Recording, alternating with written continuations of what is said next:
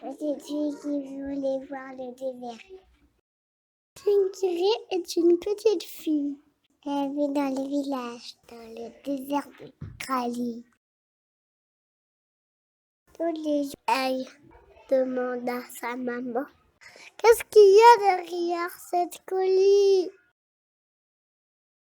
Sa maman, elle répond: derrière la colline, il y a un grand désert. C'est pas pour les enfants, mais Tinkiri n'écoute jamais. Un vent s'éloigne du village. Sa maman l'attrape par le bras. Attention, Tinkiri, ne t'éloigne plus jamais. Derrière la colline, il y a comme Kalangu. Ça fait peur. Il demande à ses copines, Elpi et Mima, de venir avec elle derrière la colline. Vous voulez venir avec moi à la colline? Non, ils sont petites. Je ne serais pas débrouillée dans le désert. Il y a pas de Kalangu qui peut nous manger. Vous n'êtes que deux froussards. C'est Moka Tinkiri. C'est une histoire pour faire peur aux enfants. Puisque c'est comme ça, je vais aller toute seule. Quelques jours plus tard, les femmes sont allées chercher les oignons sauvages. Et les hommes étaient partis dresser les chevaux. Tinkiri en profite pour partir du village. Où tu vas, petite fille? Demande le vieux Jippy. Je vais à la crique, mon petit Tinkiri. Ne vais pas plus loin, lui dit Jippy. Maintenant, Tinkiri se trouve face à la colline. Elle est contente. Elle se dit: enfin, je vais savoir ce qu'il y a derrière cette colline. Les oiseaux du désert s'envolèrent.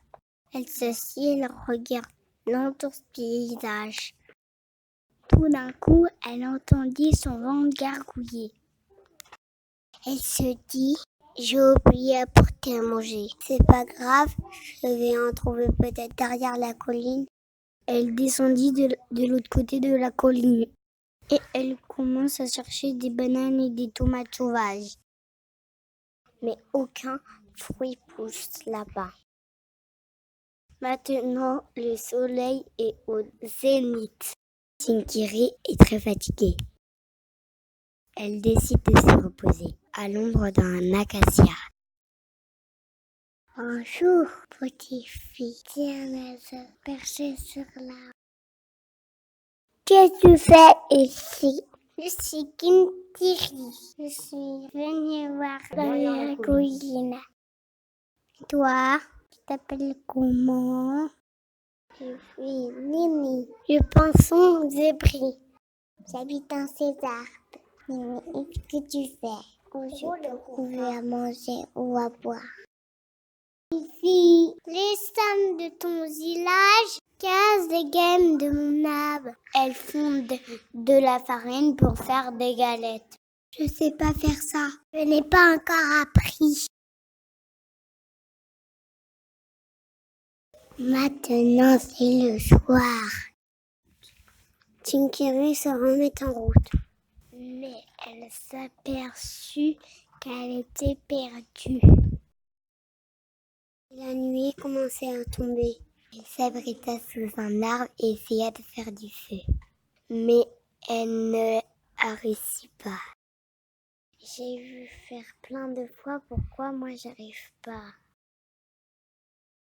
Alors elle comprit qu'elle va passer la nuit dans le noir. Tout à coup, le vent siffla dans les branches.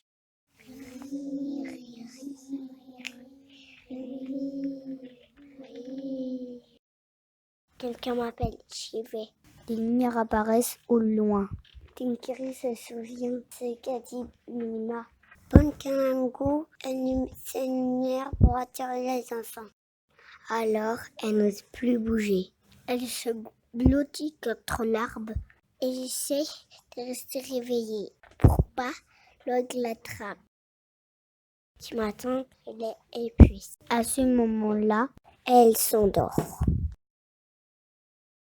Dans son sommeil, Tinkery entendit une voix.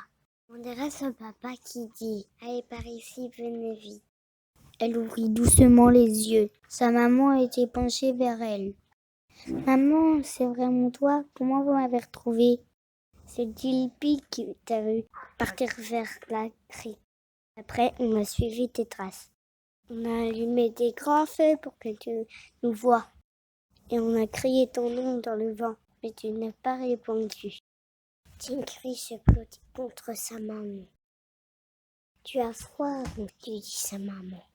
Je vais faire du feu pour te réchauffer. Tu dois avoir faim, lui dit son papa. Je vais chercher quelque chose à manger. Assise entre ses parents, Tinkery promit de ne plus aller seule derrière la colline. Elle attendra avoir appris tout ce que les anciens ont à lui apprendre.